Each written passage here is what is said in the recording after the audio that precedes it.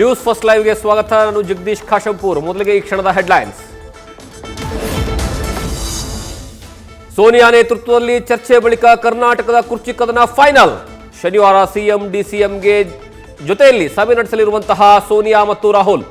November 29ಕ್ಕೆ ಕುರ್ಚಿ ಕದನಕ್ಕೆ ಸಿಗುತ್ತಾ climax.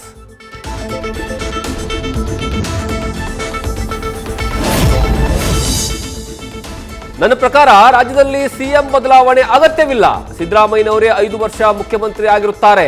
ಅಧಿಕಾರ ಹಂಚಿಕೆ ಚರ್ಚೆ ಬಗ್ಗೆ ನನಗೆ ಗೊತ್ತಿಲ್ಲ ಎಂದ ಯತೀಂದ್ರ.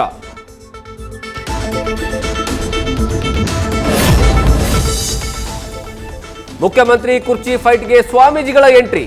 ಮುಖ್ಯಮಂತ್ರಿ ಕುರ್ಚಿ ಫೈಟ್ಗೆ ಸ್ವಾಮೀಜಿಗಳ ಎಂಟ್ರಿಯಿಂದ ತಮ್ಮ ನಾಯಕರ ಪರ ಬ್ಯಾಟಿಂಗ್. ಕಾವಿದಾರಿಗಳ ಖಾಕಿಗಿರಿ ಎಷ್ಟು ಸರಿ?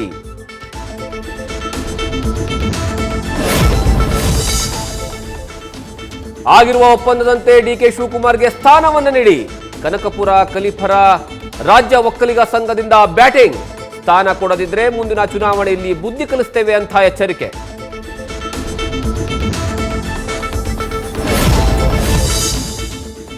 ಸೀನಿಯರ್ ಲೀಡರ್ಸ್ ನಿರ್ಧಾರ ಮಾಡ್ತಾರೆ, ಹೈಕಮಾಂಡ್ ತೀರ್ಮಾನವನ್ನು ಮಾಡುತ್ತೆ. ಇದನ್ನ ನಾನು ಡಿಸೈಡ್ ಮಾಡೋದಕ್ಕಾಗೋದಿಲ್ಲ. ಯಾರೇ ಸಿಎಂ ಆದ್ರೂ ನನಗೆ ಓಕೆ, ರಾಜ್ಯಕ್ಕೆ ಒಳ್ಳೇದಾಗಬೇಕಷ್ಟೇ. ನಟಿ ಮಾಜಿ ಸಂಸದೆ ರಮ್ಯಾ ಪ್ರತಿಕ್ರಿಯೆ.